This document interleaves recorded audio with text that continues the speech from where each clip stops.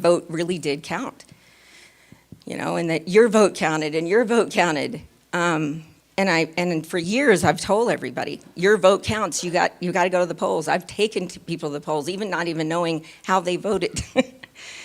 I just think I've always thought it was important. I no longer believe that to be true, but I want to believe it again.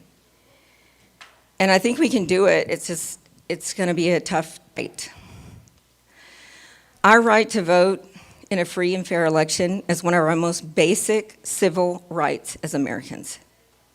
And that's the foundation that many of our other rights depend upon. Our vote is our voice. Religious freedom, the right to bear arms, freedom of speech, the right to life, none of those rights are protected if we don't demand honest elections, election integrity. We need to demand it here in El Paso, we need to demand it at the state level, and we need to demand it at the federal level. We can't pretend that the next election is just another election. It's not. This is serious. We're fighting for the soul of America, and we can't forget that.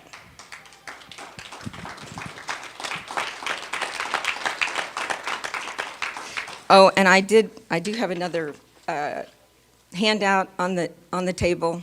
Anybody has any questions about it, you can ask me later.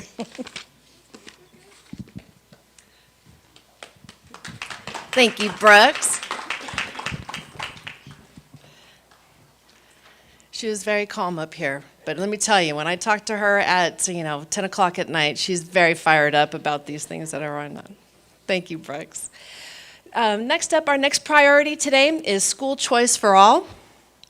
Kendall graduated from Brigham Young University with a bachelor's in communications. She managed advertising campaigns for Subway restaurants as well as many other businesses. Kendall and her husband are native El Pasoans. They moved back to El Paso 5 years ago with their children, 4 children. She is a 2-time Republican national delegate for Trump. Her most recent involvement in local politics is running a 2,400 member group of parents and teachers that want children in school face-to-face and who continue to fight school closures.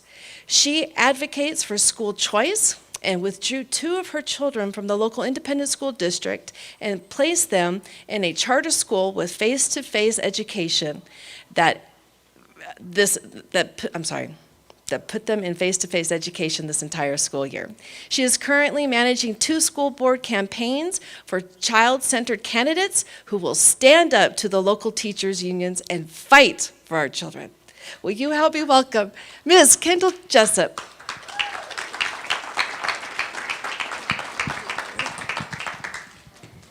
Good afternoon. My name is Kendall Jessup.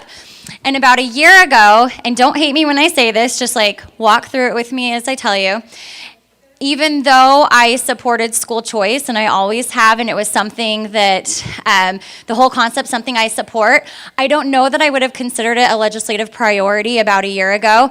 And that's because we were in a happy little bubble, my family. My kids were thriving in the independent school district here in El Paso. They were doing really well. I loved their principals. I loved their teachers. I am a product of the El Paso Independent School District. I had a great experience. I'm one of those crazy kids that really loved high school.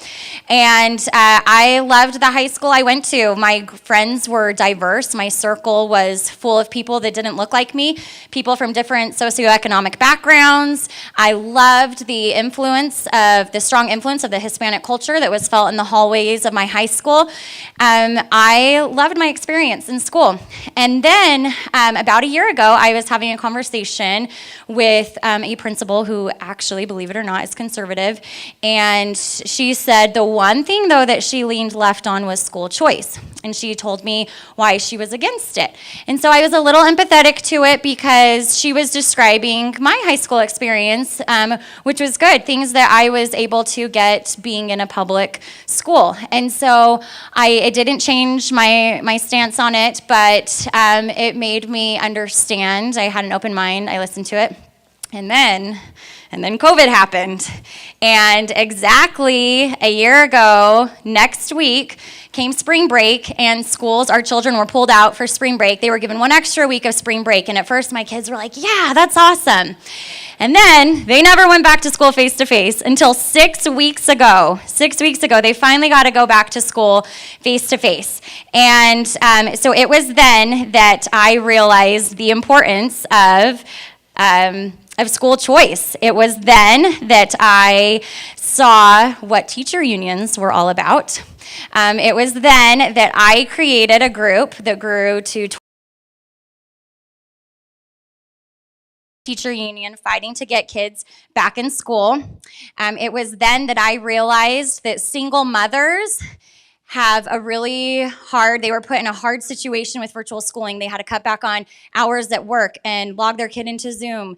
And then they lost internet connection. They had to put them back on and back off and download assignments and submit those assignments and tell their kids to stop building marker trains under the table. And these parents couldn't handle it. And then you had dual working households where one of them had to get out of the workforce so that they could help their children at school, at home in this virtual school atmosphere. And I realized, this isn't working. All children deserve the opportunity to choose their schools. All families deserve the opportunity to choose where their children are going to school. The principal I spoke to was telling me about, how typically districts, we have borders, geographic areas, and so each, certain zip codes go feed into a certain high school. And so she explained to me those borders are done in a way that crosses socioeconomic lines and gives all children an opportunity. But then I looked at these children that weren't getting an opportunity in virtual schooling, and it didn't matter. And there are parents who we don't have many charter schools here. And so there are parents that weren't able to get their children in charter school because the charter schools were booked, but there was no way they could afford a private school education. And so they have to suffer through the virtual school system here. Bless the teachers' hearts. They have done the best that they can through all of this, but our districts have failed our teachers this year and have failed the children this year. So meanwhile, while our independent school districts were failing the children, the charter school districts here were upping the game, and they were telling families, come to our school. We have face-to-face education. So I pulled my two youngest kids out of the independent school districts here and put them in the charter school, and they have been thriving. Their mental health, we saw a complete change on day one. They are in face-to-face education. All children should have a school choice, and the money should always follow the student with no unwanted government strings attached. If we want to put our kids in public school, that's fine. Private school, charter school, homeschool, but whatever we decide for our children, that should be our decision as a parent. We should be able to hold on to that right of the choice where we want to put our children into school, and the money should follow our children. Our children deserve better, and I'm embarrassed to say that it took a pandemic for me to realize that school choice should absolutely be a legislative priority, and it is something that our children deserve, and we owe it to our children. So the money should follow the student, and all children should have a school choice. Thank you very much.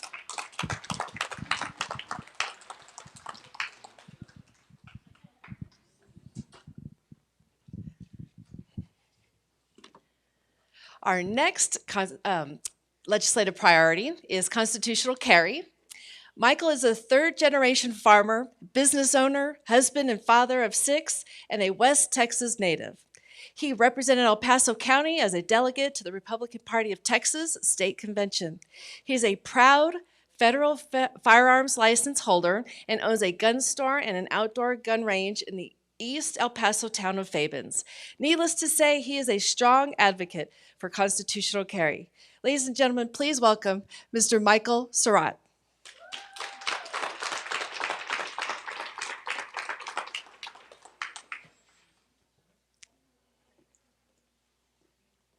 Thank you, sir. Thank you.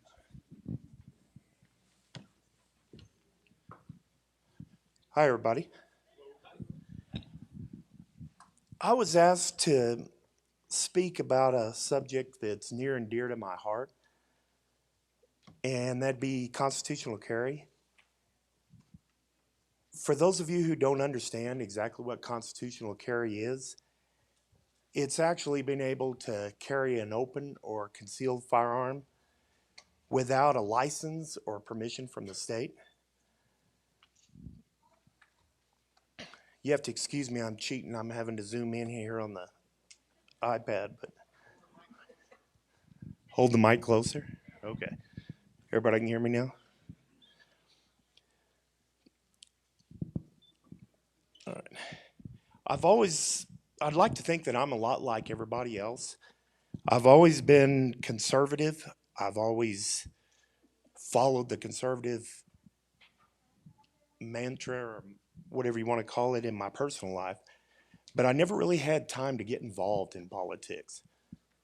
I was busy raising a family, running a business, and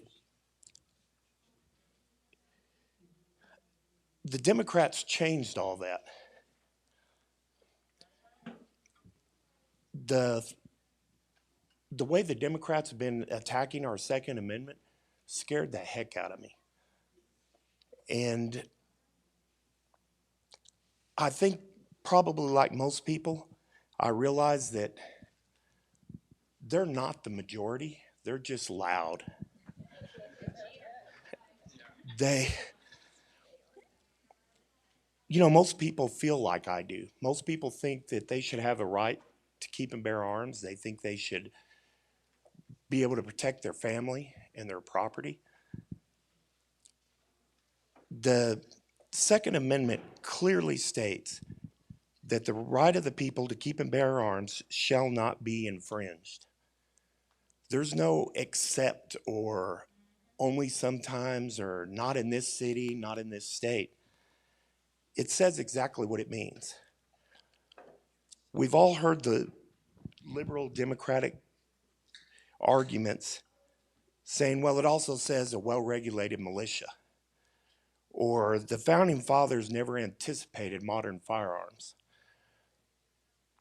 So I think it's a good idea to take a look at what the founding fathers actually said and thought about the Second Amendment. George Washington stated in 1790 in his first address to both houses of Congress, a free people ought to not only be armed, but disciplined. I prefer a dangerous freedom over a peaceful slavery is another famous quote by Thomas Jefferson. I ask, who are the militia? They consist of the whole of the people, except for a few public officers. And that was George Mason in 1788. A militia, when properly formed, are in fact the people themselves and include, according to the past and general usage of the states, all men are capable of bearing all men that are capable of bearing arms. To preserve liberty, it is essential that the whole of the body of the people always possess arms. And that was stated by Richard Henry Lee in 1788. So we can see it's very obvious the intent of the founding fathers and exactly what they meant when they wrote the Second Amendment. And it's exactly what they say.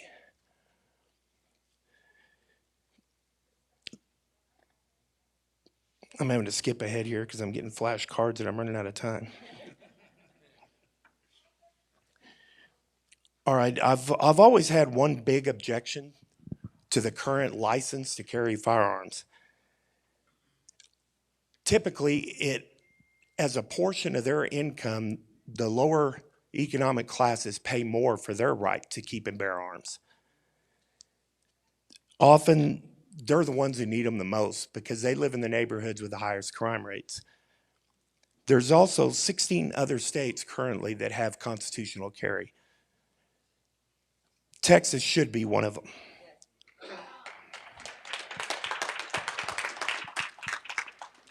We find ourselves here in the great red state of Texas fighting to get the government out of our Second Amendment.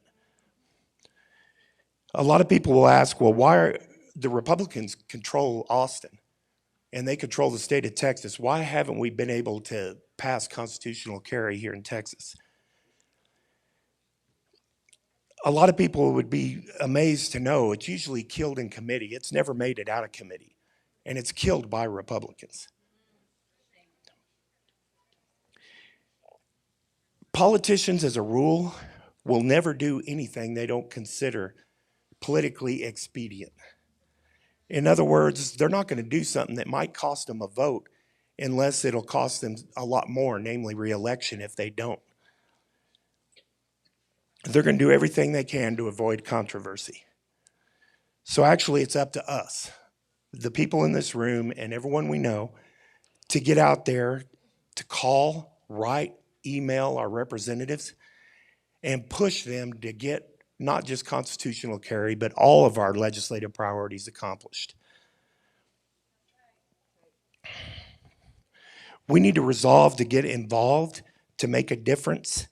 We need the grassroots power of the Republican Party to wield its hand and force our legislative priorities out of committee and onto the floor of Congress.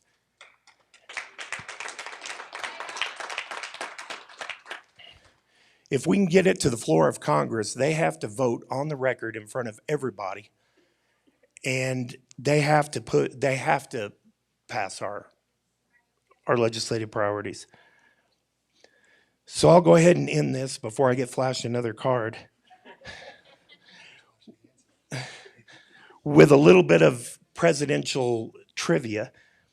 A lot of people would be really shocked to learn that Satan actually lived in the White House. Our second president, John Adams, actually had a dog named Satan. And shocking, he wasn't a Democrat. Thank y'all.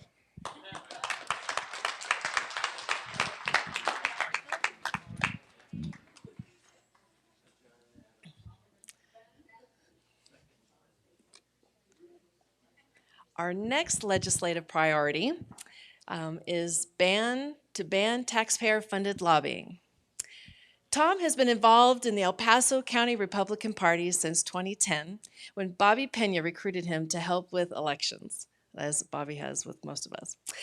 He has worked all aspects of elections as a poll worker, poll watcher, clerk, alternate judge, and an election judge. He worked every election from 2010 on until his involvement with the GOP candidates' campaigns that made him ineligible to work elections. He is currently the precinct chair for Precinct 177 on the west side of El Paso. Tom is the regional captain for the Convention of States, Texas, for El Paso and Far West Texas. His region encompasses Texas Senate Districts 19 and 29. He is also a member of Grassroots Gold and the Republican Liberty Caucus. Last year, we were proud to have Tom represent Congressional District 23 as our presidential elector. Please put your hands together and welcome Mr. Tom Reynolds.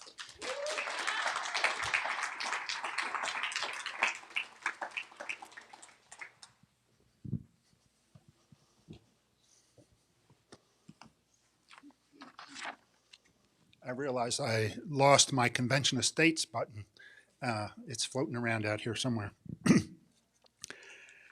Taxpayer-funded lobbying. I've been assigned this topic. This priority is not as sexy as some of the others, and that's probably why it was given to me.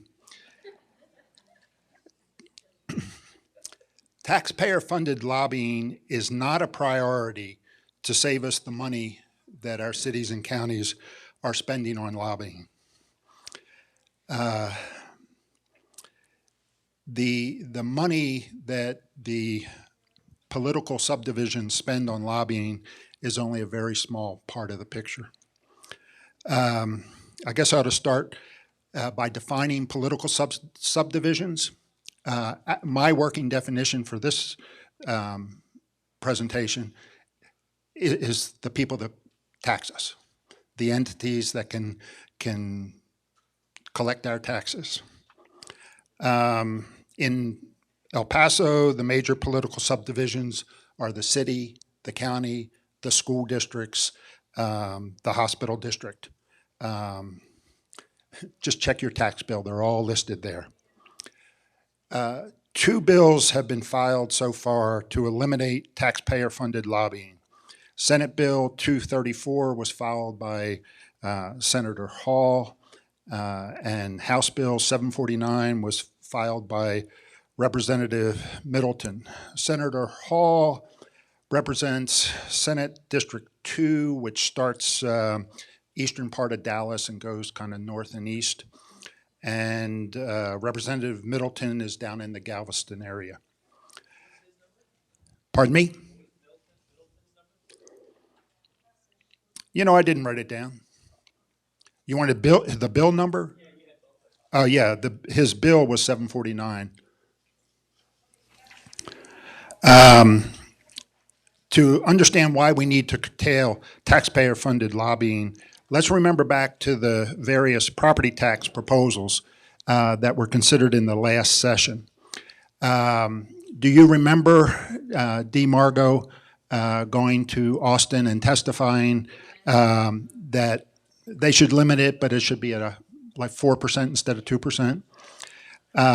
Do you remember the county employees who went to Austin and said that El Paso voters would not understand why they needed to increase their taxes?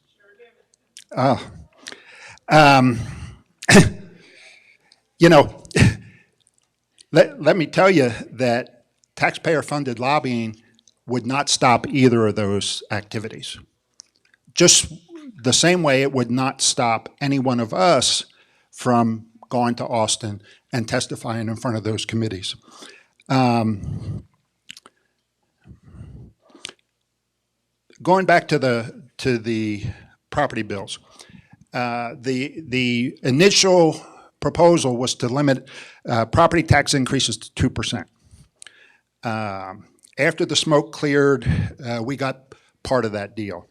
The rates are different for different political subdivisions, and there are a number of exceptions. Why didn't we get better results? I guess, wait a minute. I guess I should ask, who in this room supported property tax reform in the last session? Who was for it? Only a few people. Oh, maybe that's why. Well, that messes up the rest of my speech here. I assumed everyone supported limiting property taxes. Okay. Now my question is, if we all supported limiting the political subdivision's ability to tax us, why did we end up with such a poor deal?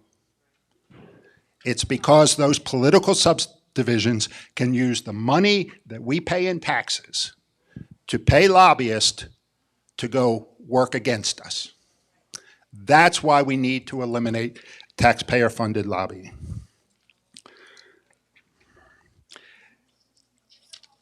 You know, if you look at the city, the county budget, the hospital district, the school district budgets, you don't find a line item that says lobbying. They do it through the municipal association, the Texas Association of School Boards, the association of this and the association of that. And those are the groups that led the charge against property tax reform.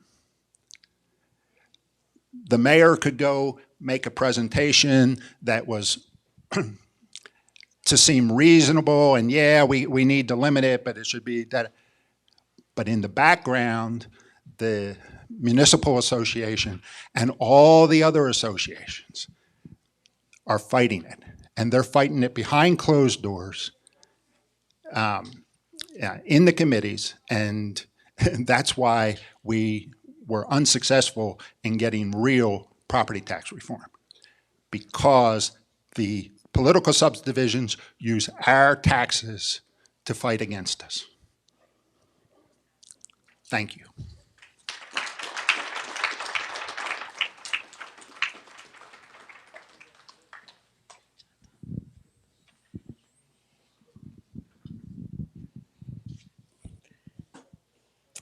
Our next legislative priority is monument protection.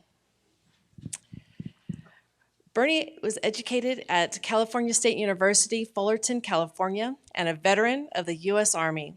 Bernie has resided in El Paso for more than 30 years. He was a member of the El Paso County Historical Commission for 17 years, serving as chairman for the last 13. He's been directly involved in the many aspects of heritage, culture, having researched and written about a multitude of subjects, including districts, sites, people, and events throughout West Texas and the Mexican border state of Chihuahua, all while running 2 businesses with his wife of 39 years. Please give a warm welcome to Mr. Bernie Sargent.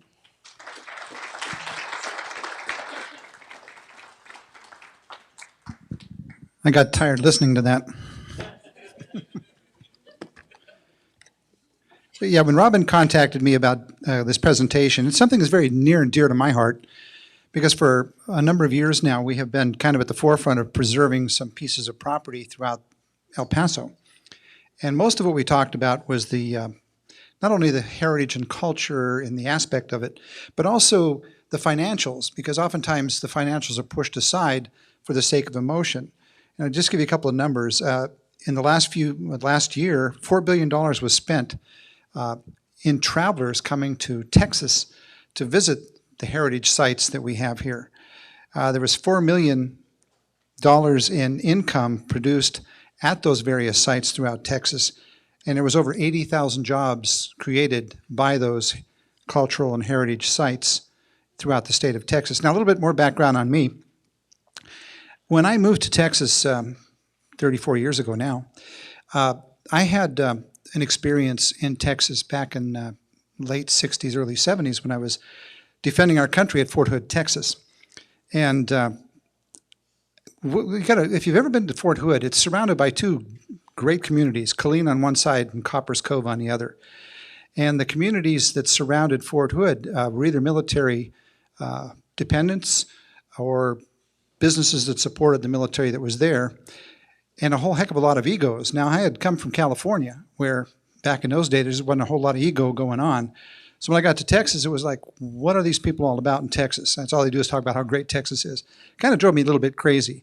So when I got out of the military and got on my little Volkswagen and headed back to California, and I was driving through El Paso, I thought, I can't believe it. I'm almost out of this godforsaken state. I'll never come back here as long as my life depends on it. Little did I know that some 34 years ago, I'd be offered an opportunity to work for a large international maquila that to be their national, I should say North American, 3 minutes. I haven't even started. 3 minutes. Pull me off here. So anyway, long story short, they offered me the opportunity to come back here and work for them. And we promised our kids we wouldn't bounce them around anymore with corporate moves. So we camped in El Paso. They finished school. They went off to A&M and Tech. They married their spouses. One lives in League City. One lives in Dripping Springs. We're still here. So obviously, Texas got hold of us. And it got hold of us for a couple of reasons. One is I got involved with the Keystone Park on the west side, and I found out that there was a lot of heritage and culture involved there. And I thought, what a great thing to do is to advertise and share that with the rest of the world. And then also got a little bit involved with the Concordia Cemetery. Again, although there's 60,000 dead people there, it sure struck my interest, and we decided we would do what we could to promote this. And then I got involved with it. Notice when you said 2 minutes, I start talking faster. So what I did is I got very much involved with with the saving the sites, saving the monuments, and so on throughout the state. In Texas, we've got quite a few thousand sites and historic markers. In El Paso, we have 280 sites and markers and so on. Now, why do we save these? Because as Alan West said, one of his quotes that I found kind of interesting, history is not there for you to like or dislike. It's there for you to learn from. And if it offends you, even better, because then you're less likely to repeat it. It's not yours to erase. It belongs to all of us. And by the way, I was looking up some research for monuments and so on. I thought, let me go to the Democrat Party and find out what their plank was, how they were going to work with this particular item. And I got a copy of all their notes here. And I can tear off one piece for each of you if you'd like to take some home with you. just keep this in mind. We're talking about things that are taking place right now, and I hope I can fudge a little bit more than a minute. Boss, I can, thank you. She's overridden you. A couple of things to remember. There's HB 446, which is going through the Congress right now down in Austin, and it has to do with preserving monuments. And there's a little bit of a portion in there about us, about monuments and preserving it. There's a whole lot of other dialogue, which usually happens when things take place down in Austin. Remember HB 446. We want to support that, even though we'd like to strengthen it. And a couple of things I made notes of here. Statues represent the country's history, no matter how complicated. Taking them down is to censor, whitewash, or potentially forget that history. Over 100 years ago, the Bolsheviks decided that they were going to take control of Russia, ultimately became communism. Over about 100 years ago, brown shirts were replaced by the National Socialist Party in Germany, Nazis. Now they burnt books, they tore down buildings, they chased people out. Whoever thought Dr. Seuss would be eliminated from the United States? I mean, where does it stop? You got a handful of very small organizations with a big mouth, as Tom said earlier, or somebody said earlier, said earlier. They have a loud mouth, they get a lot of attention, and right now they're doing damage to our particular country. So what can we do? On a local level, we can prevent ourselves and others from scribbling on our walls, participate in regular cleanliness drives, become part of an Adopt a Heritage initiative, and spread the awareness around about these monuments and their importance. It's absolutely imperative that we pay attention to our history and we adapt and hold on close to what made us what we are today. I'm going to close by quoting former Vice President Pence. It's important that we remember our past and build on the progress that we have made. Putting more monuments out of taking the monuments down. Thank you. God bless them. God bless Texas. I'm taking my Democrat notes.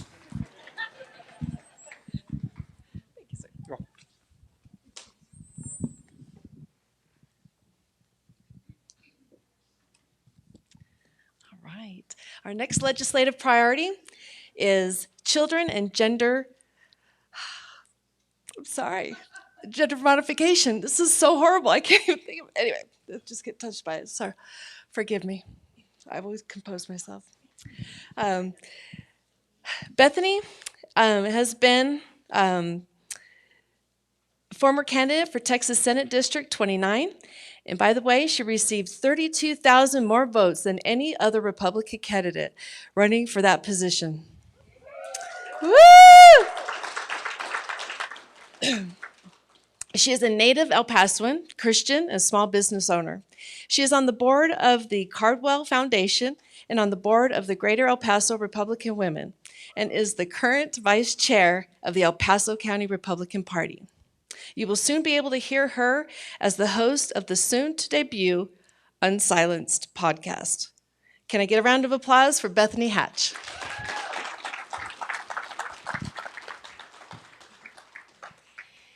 Good afternoon again, y'all. So the topic I'm speaking on is gender modification in children, and the fact that we even have to talk about this, it speaks so greatly of where we are as a nation. The fact that people actually think that it's okay to change a child's gender as young as the age of 3 years old. To me, it is the most important priority. Of course, election integrity, constitutional carry, the abolition of abortion are all things that I hold close to my heart as well. But if we cannot defend our children that are living, then we can't. We need to also fight as much as we're going to fight for the unborn as the ones that are here, the ones that are being abused daily, the ones whose parents are using them as a social project, or whose doctors are saying, "Oh, well, she said she's a little boy, so let's go ahead and give her hormones." We have to fight as passionately for them as we fight for all of these other priorities. And to me, I think that this is one priority that we can use to really bring in the Democrats, because most sane people will not agree with changing the biological sex of a child. And if we can really bring this to the attention of the public and tell them what they're really trying to do, most people are unaware of it. Most people don't know about James Younger, whose father has been fighting for years to keep him as a little boy because his mom decided at the age of 3 that he was going to be named Luna and live as a little girl. Most people don't know about that because we don't talk about it. And we have to start talking about it. We have to start telling people that this is happening, and that's not an isolated incident. It's happening nationwide.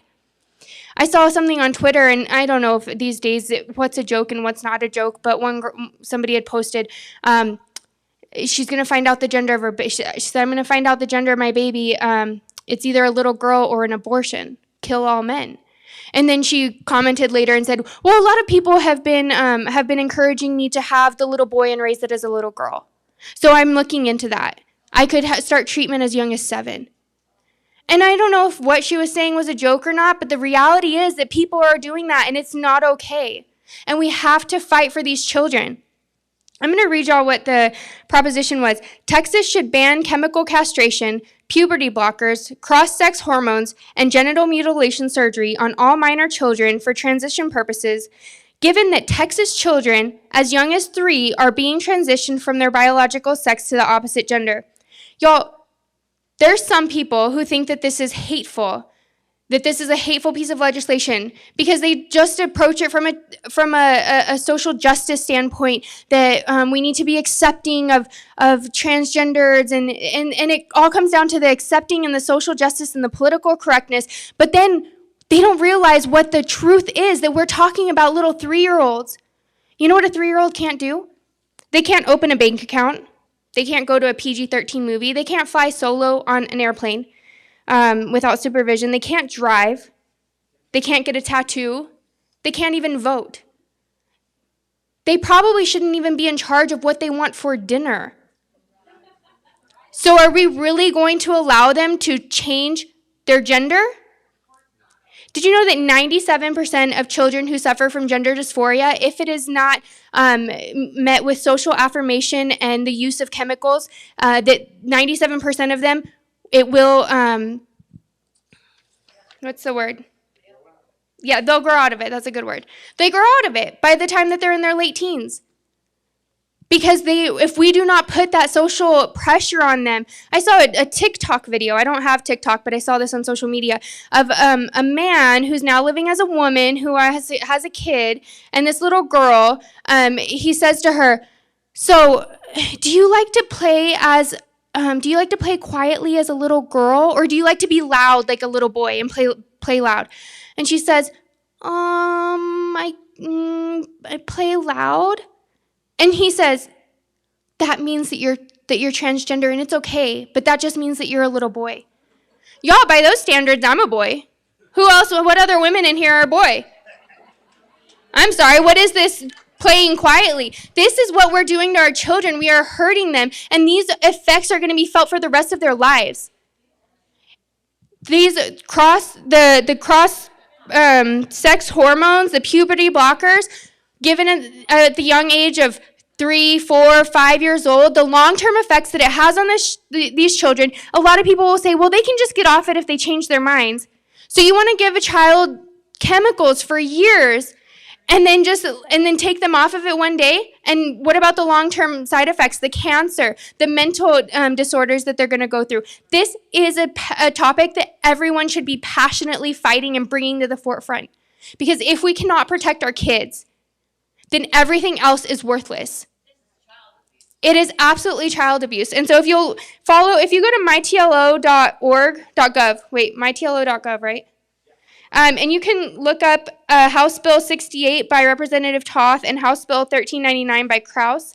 And you can set up alerts, y'all, and find out when they're going to be having hearings, when they're going to be taking votes on that. And I encourage all of y'all to be so active in this, because we have to stand up for this. Because God forbid, if we lose Texas, and I don't want to lose Texas, but we know it's the battleground, but if we lose Texas in 2022 and we don't protect these children this session, who knows what's going to happen?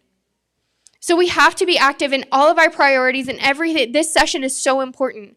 So don't forget House Bill 68 and House Bill 1399. Check it out on mytlo.gov, set up alerts, and contact all of the representatives, whether they represent you or not. just contact as many people on the committee as possible and make sure that this gets passed. mytlo.gov.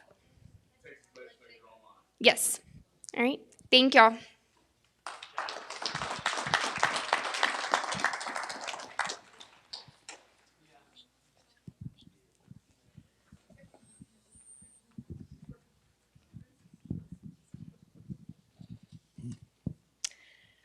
All right, the next legislative priority is religious freedom. And Rabbi Haas is our next speaker, originally from Philadelphia, Pennsylvania, but I understand he got here to Texas as quick as he could. Rabbi Haas is the rabbi of Kol Haruach Messianic Fellowship, which means Voice of the Spirit. He would love for you to join them every Saturday morning at 10 a.m. for services. Please welcome Rabbi Elliot Haas. Thank you, sir. I'm so sorry that I missed all the speakers. It sounds like it was really great.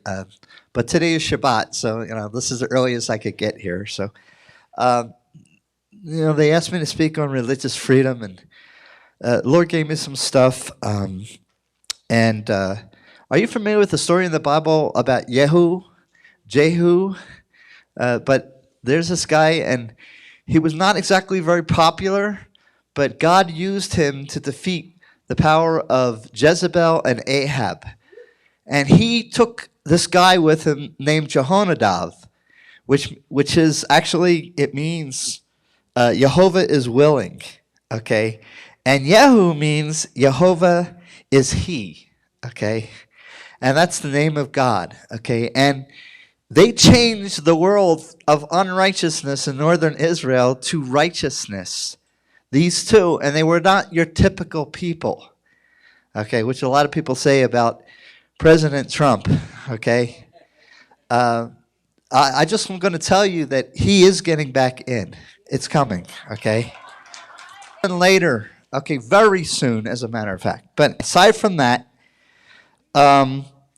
these people are trying to do all sorts of evil. And it's not enough that they are going after President Trump, but they want to go against all 101 million supporters. That's how much I believe really voted for him. Okay. Okay, so that's us. That's not just concern, God. And they're trying to remove God. Remember all those years ago, a couple of voting times ago, they removed God from their platform. Now, it's not a matter of Democrats or Republicans. It's a matter of biblical standard versus non-biblical standards, okay? God gave us his word. That's his law.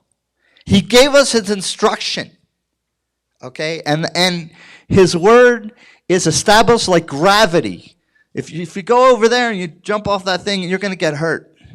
Gravity is going to hurt you, okay? That's the same thing for his law. To upend it is to break the laws of nature themselves. That's what you're all talking about. Using chemicals and everything to destroy our children. Well, they're trying to rename it and create a whole new set of laws, not based on the Bible. But guess what? We have a constitution here. Well, the Constitution is based on the Bible. Okay? How we should we should love God and rely on him and love one another. And they're trying to take that away from us. Okay?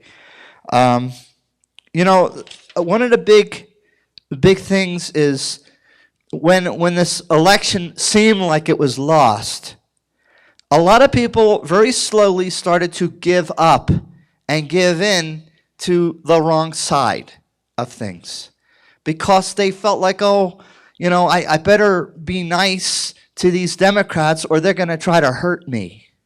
The reality is, where is the stand?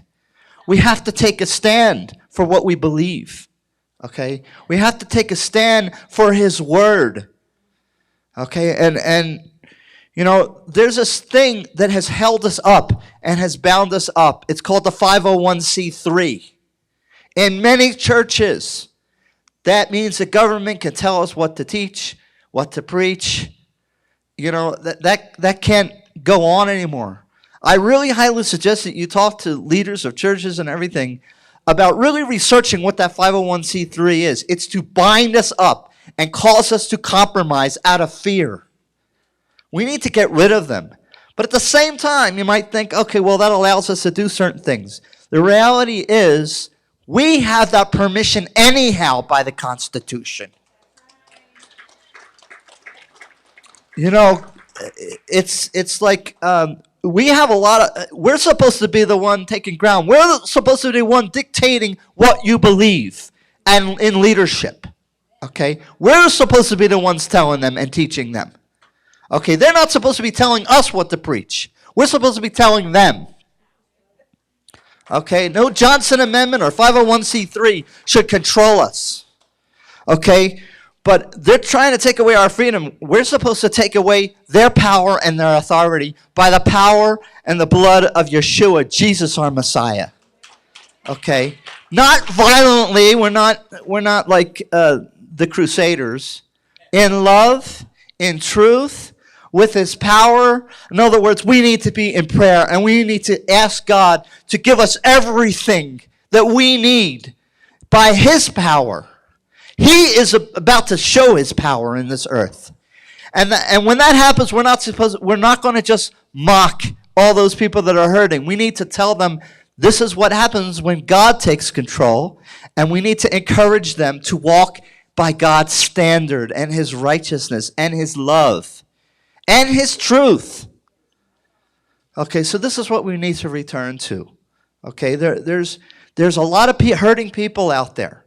And a lot of these people are angry and blame the church and blame synagogues and blame the Jews for all the problems. And it's really just their own hatred inside their heart.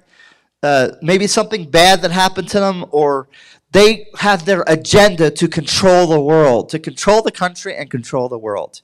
But you know what? God is much more powerful than that. And we need to start believing and fearing his name, respecting him, that means. Loving him, really being zealous for God. I am zealous for the Lord. I want to see the people of God get zealous and stop being lazy and stop being compromising, but being strong. And, you know, religion kind of sometimes makes us numb our understandings of things. Let's break them. Let's find out what God wants, move beyond the natural, and live the supernatural life. Anyhow, I believe that's the best way to fight for our religious freedom. Yeah.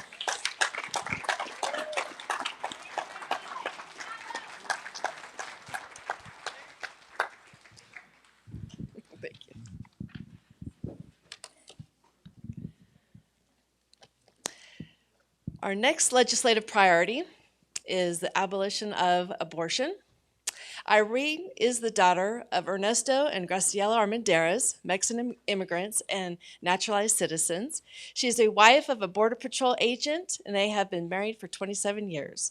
They are blessed with 3 daughters and 3 grandchildren, soon to be 4. Irene holds a bachelor's degree in business management and a master's degree in government with a concentration in law and public policy. You know Irene as our Republican candidate for Congress in 2020, and she received over 35,000 more votes than the previous Republican candidate running for that position. With that momentum,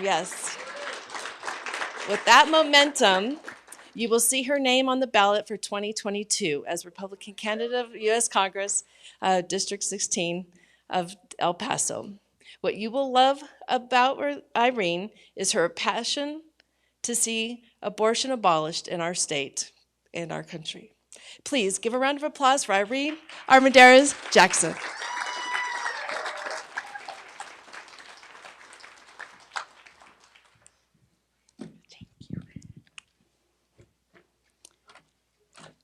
Well, isn't it a great day to be a Republican? I am so thankful for everybody that put this together. Bethany, Robin, Ray, Troy, thank you for coming. And I am so excited for the future, not only of our city, but of our state and our nation. Every time I go to a rally, every time we have an event, I always take a poll of how many people have been involved for more than 5 years, 4 years, 3 years, and how many people have just recently gotten involved in what we call politics. And I can tell you that the majority, 99.9% of the people, just like me, have recently awakened to the necessity of God-fearing, Native, Hispanic, white, Asian, I don't care what your ethnicity is. It's you need to be involved in government because government touches every part of your life. Now, with that being said, it is sad to me that in the great state of Texas, in the middle of the Bible Belt, abortion is still legal. According to our laws, we are limited up to 20 weeks. After 20 weeks, it is illegal in Texas.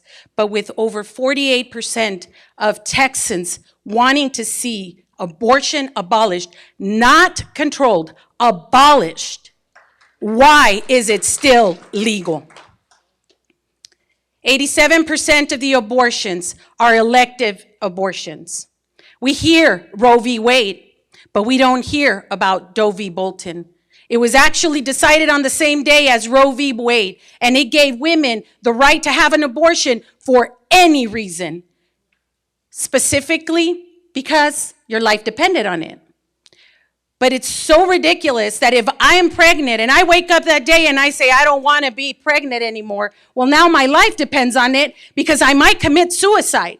So because of that, I'm able to have an abortion. Wow, time flies.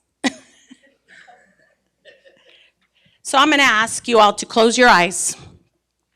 Women that have had babies, imagine your firstborn in your womb. Men that have had sons and daughters, imagine your firstborn in the womb of your wife. The safest place for a baby should be the womb of their mother. All of a sudden, there's a pair of pliers that have a fancy medical name. And these pliers come in and invade the womb. Science has proven that the baby will try to preserve life, and it'll push itself to the top of the womb. All of a sudden, those pliers grab a leg. The force of an adult is no match for the baby. And they pull so hard that they yank off a leg. Your baby cries, but nobody hears it. They go back in, they grab another leg, and they pull with all their might. Your baby cries again, but nobody hears him. Then they go to an arm, and then another arm. Finally, the only thing is the head and the body. They separate it while your baby is still alive. The last thing is a head floating inside the womb of the mother. They grab that head and they squish it, spilling its brains so it's able to pass through the birth canal. That's the truth about abortion. You tell me how in the 21st century this is legal in the great state of Texas. Whatever the bills are, we should call every senator and every representative and say that the brutality of abortion has no place in our great state and in our great country. For those of you that have followed me from the beginning, this is the one issue that has propelled me into getting involved in what we call politics. This is what wakes me up in the morning and helps me put one foot in front of the other, even when you don't see anything moving. So to every senator and every representative in the state of Texas and at the national level, shame on you. Shame on you for allowing this brutality to go on in our great nation. And I'm not a pro-lifer, and I hope you're not a pro-lifer. I am an abolitionist.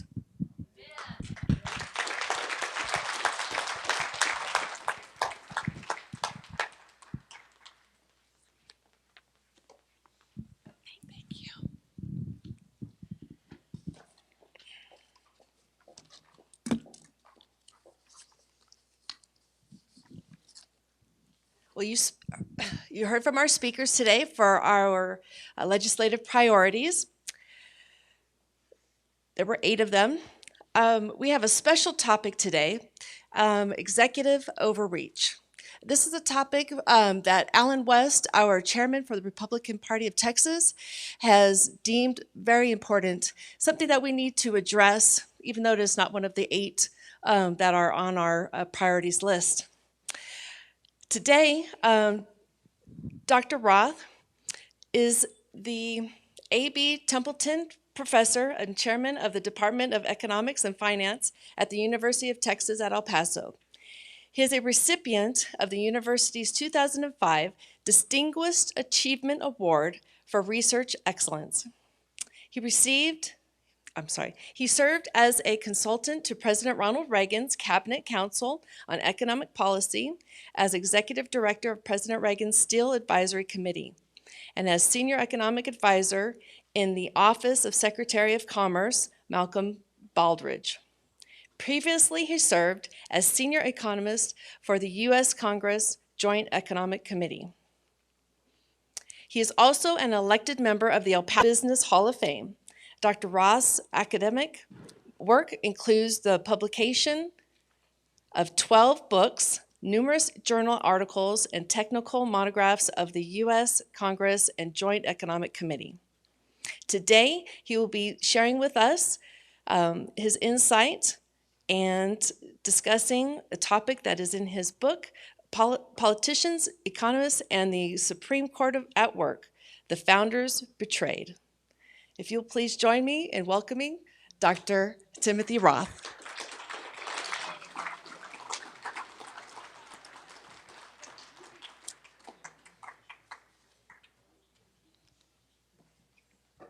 Thank you very much. Thank you, sir. Appreciate you. Thank you. I came prepared for about 8 hours. Is that all right with you? All right.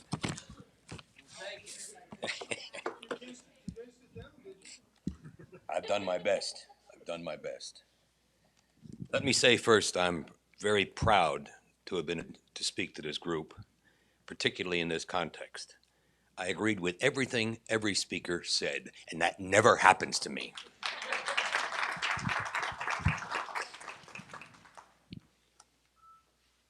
Now, one other stipulation. I stand before you heavily medicated. I took 2 blood pressure pills this morning, 2 scheduled for tonight. I'm here to talk to you a little bit about, among other things, executive orders and also the non-delegation clause. Why am I so angry? First of all, I'm motivated by everything I've just heard, everything.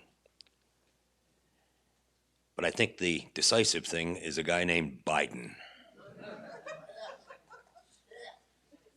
It's outrageous. And it took very little for me to be animated about a discussion of executive orders. This man issued something like, by my count, 34 of them. And I stipulate that other presidents have done it too, but not to that extent. Not arbitrarily, not arbitrarily. I'm going to cite one in particular, what the man has done to the border of this nation. Now, I brought with me, in the nature of show and tell, this volume. Everyone should have a copy of this.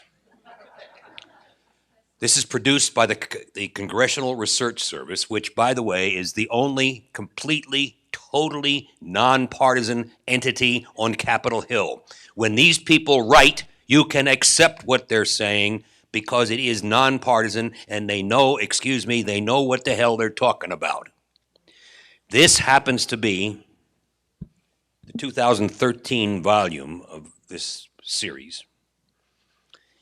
And it summarizes the Supreme Court's jurisprudence since the beginning of the Republic.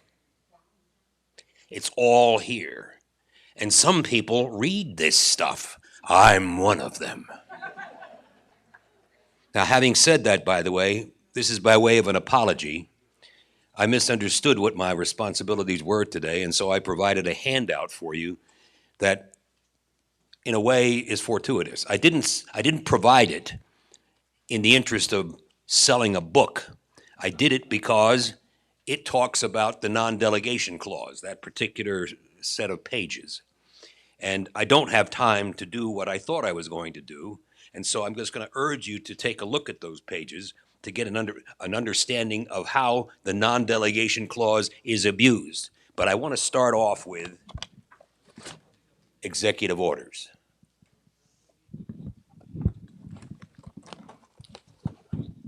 This is not working. Sorry, a little bit too much weight, I guess. There, I'll just put it here.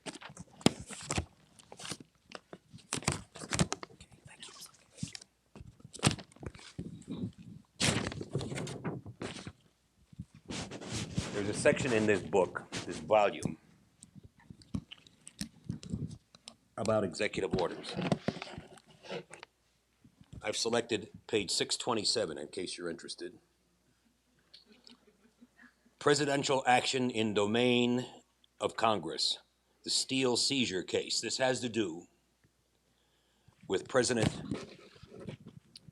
Truman's decision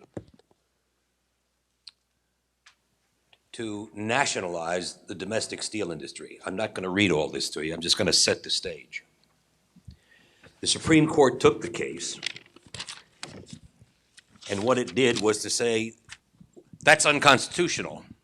That violates the Constitution.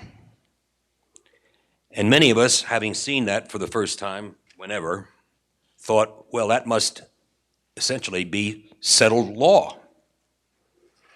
No, if you move on to page 629, you discover that the Supreme Court, intertemporally, over time, has decided the following. A president can declare an executive order, and it can be constitutional, provided that the chief executive does this in the national interest, in particular if there is a dimension of national defense involved. Are you with me so far? And when I do that, by the way, I'm not being patronizing. I do it to my students. And by the way, they're going to learn something about this stuff too. I'm teaching a graduate class in public sector economics at this very moment, in a nonpartisan way, by the way. But by God, they're going to learn it. They're going to learn the way it really is. Okay, the point is, if you think about that for a nanosecond, just about anything a chief executive does can be rationalized as being in the national interest. There is a defense interest, you see. Now, I have a question for this audience. Is anyone in this audience prepared to tell me that what this president did with respect to the border implicates national defense in the sense of defending the nation? It's the opposite, is it not? So the first thing I would suggest today is that the word be passed to Austin. Mark this. The Supreme Court has allowed most of what it does to be hollowed out. It'll find ways to rationalize just about anything anybody wants to do. But in this particular case, their jurisprudence has been over the years fairly clear. You had better, if you are a chief executive and you intend to exercise the quote-unquote option to institutionalize an executive order, have a rationale for it, and it must be in the nature of national defense. It seems to me that we have an attorney general who just might be able to articulate that. Do you think so? And do you think that the great state of Texas might once again take leadership and drag some other states with it? And maybe this time,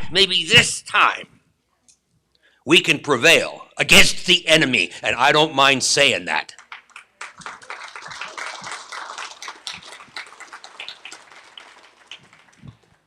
Okay, there's a good deal more to be said about all of that.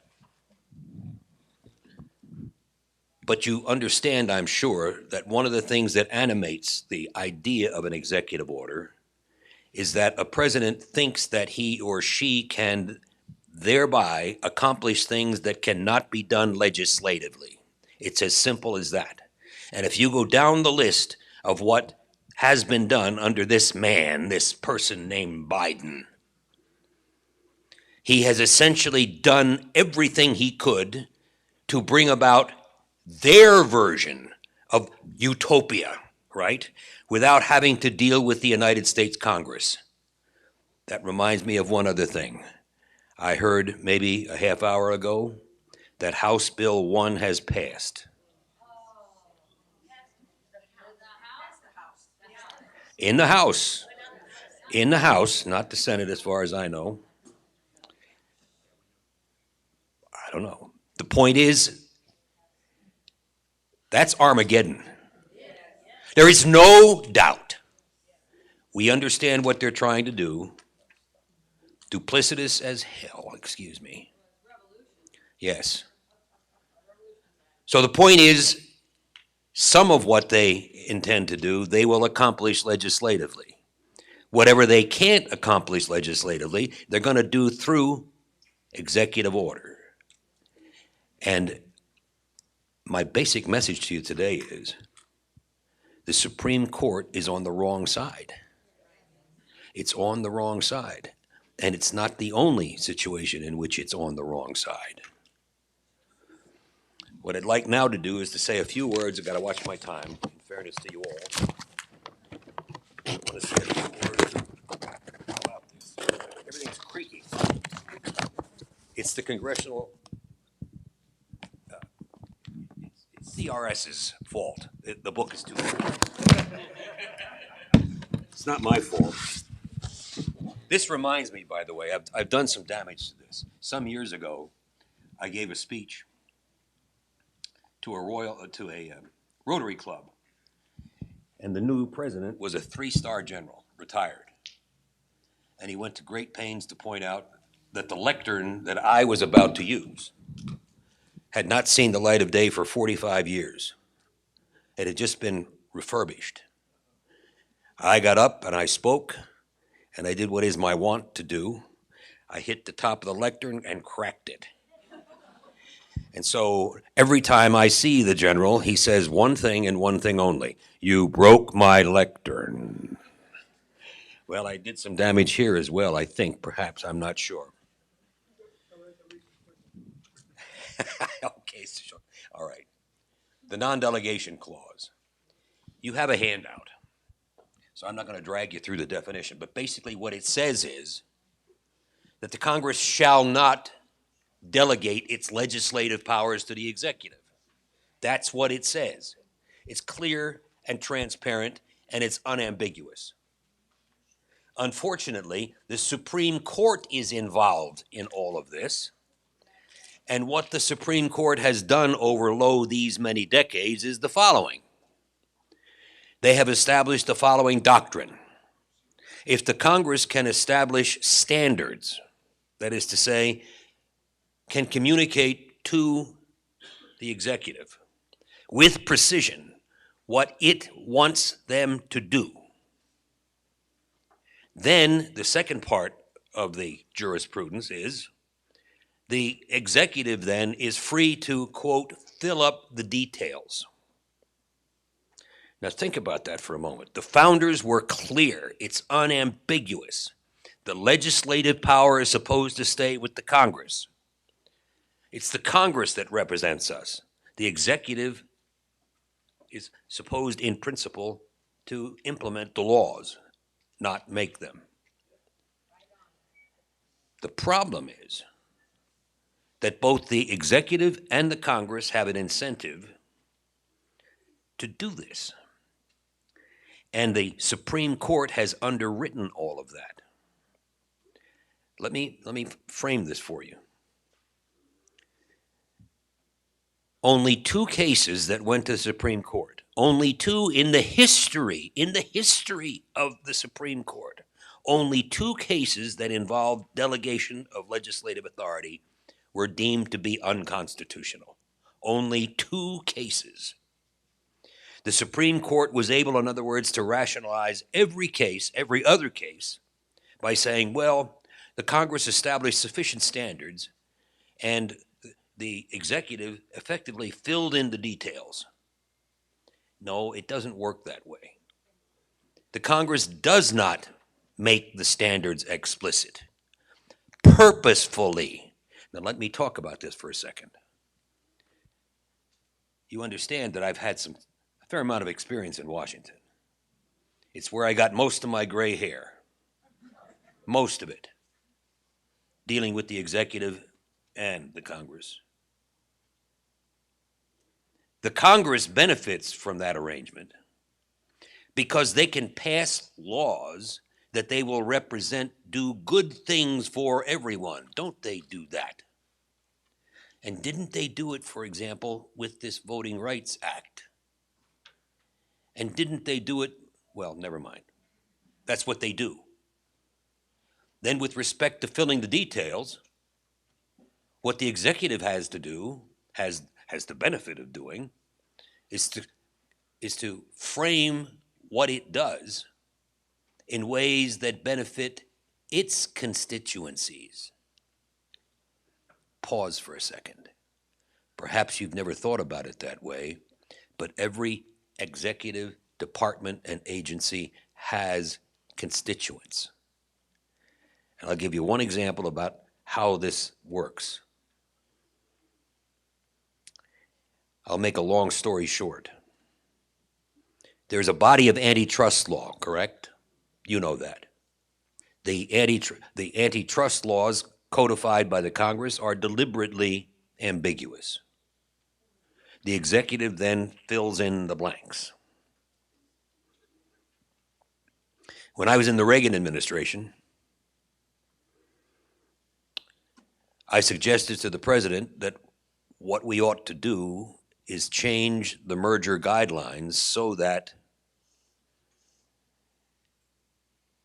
steel companies in the United States would have smaller market shares, enable, in other words, sorry about that, I think they know I'm talking about them.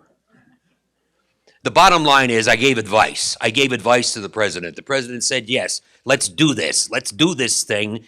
Let's change the merger guidelines. Okay. Stop.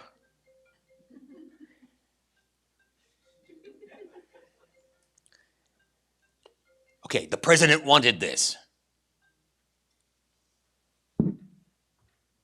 The Attorney General of the United States opposed it. When it came time to introduce the change, at a press conference, I showed up along with my personal attorney, and 3 Justice Department attorneys said, "You're not getting in here." Did you hear what I said?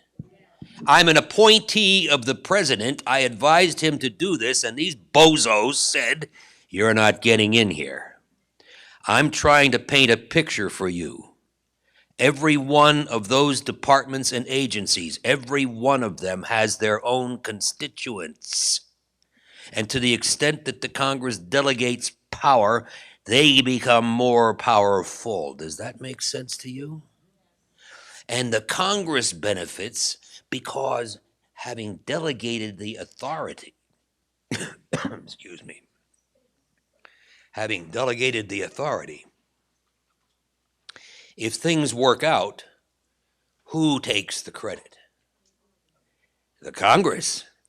If they don't work out, who gets the blame? The executive agencies and perhaps the department. My message to you is there is clearly executive overreach.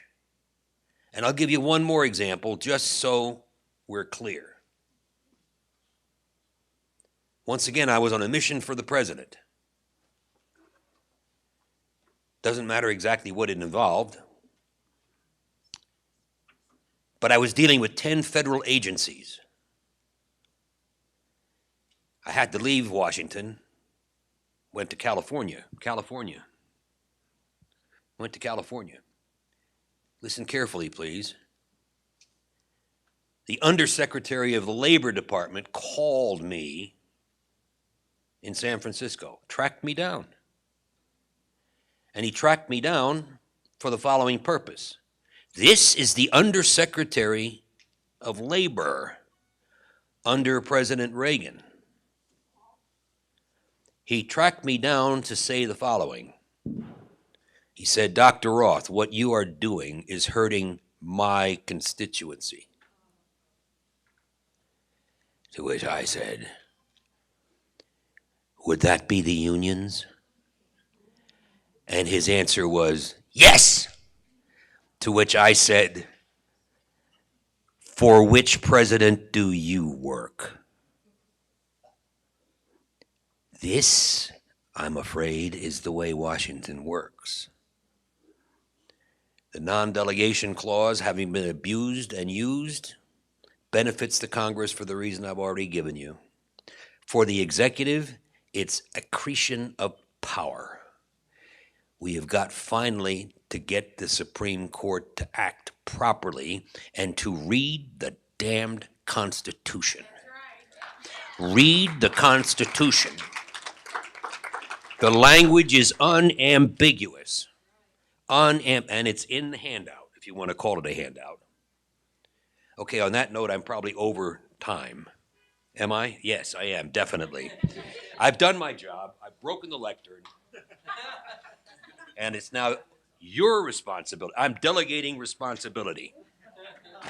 You have the responsibility now to get the word out. Supreme Court, pay attention. Read the Constitution. Thank you.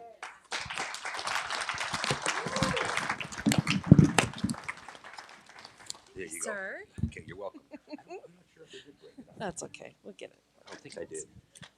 It's all good. All fixed. Just a couple things. The flyer that he's discussing, you do have a copy of it. It is in the invitation you received to this event. It is an attachment in that email, okay? So you can reference that. And next, we will, oh, okay. So very well. So we just want to say thank you to all of the speakers today. We would like to end, yes. We would like to end today with a couple, we've got a couple more items, but our Republican Party Chairman, Alan West, would like to give us a short message. Thank you.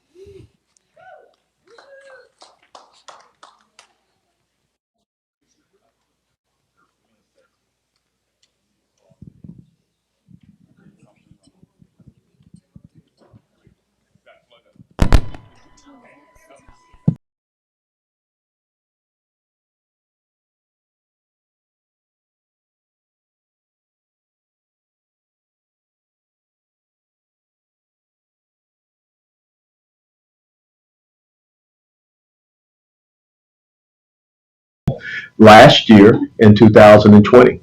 And they were based upon some of the results from the primary election of March 2020. And what this does is it gives us a focus of what we want to see resolved, the legislation that we want to see passed, the issues that are important to you, the grassroots, constitutional conservatives here in the great state of Texas. And I think it's so awesome that I'm recording this video for you all on March 2nd of 2021. The 185th anniversary of Texas independence. So happy Texas Independence Day. And the way we continue to honor the sacrifice, the commitment, and the courage of those who gave their all so that we could be in this great state is that we have to continue to push for those true conservative principles and values, push for a liberty and freedom-based agenda. This is not a personal priority, but it is a fundamental priority to the great nation that we live in, which is a constitutional republic. When James Madison wrote the Constitution of the United States of America, he read a book by a French political philosopher by the name of Charles Montesquieu. That book was called Spirit of the Laws. In that book, The Spirit of the Laws, Montesquieu had talked about how you move away from a monarchy into being a republic. You moved away from that single individual that sent out their decrees or whatever to 3 branches of government. That's what Madison read. And in establishing this simple document that hopefully, some of y'all carry around, if you don't, it's kind of like an American Express card, don't leave home without it, But he laid out the foundations. Article 1, the legislative branch. Article 2, the executive branch. Article 3, the judicial branch. And he gave them all their respective duties and responsibilities, their enumerated powers. If you don't understand what the most important of those first 10 amendments to the Constitution is, it's that 10th Amendment. It says all of the powers that are not designated to the federal government are reserved to the states, to the people. That's why we live in this constitutional republic. But if we're not careful, we are morphing into what I call a constitutional monarchy.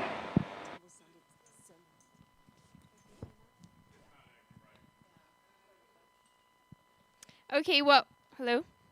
Hello? Is it working? Hello? Okay. I think, are you going to be able to send that video out and we can forward it? Okay, awesome.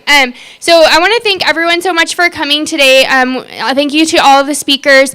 A couple quick things and then we got to get out of here. We have some cakes for sale. So we play... If you donate $100 to the GOP today, to the El Paso GOP, Troy, you get a free cake. Look, Brooks is already doing one. Some of them are homemade by Angela Surratt, pineapple right side up cake. It's the upside down. She couldn't do it in the pan set, but they look delicious. So if you donate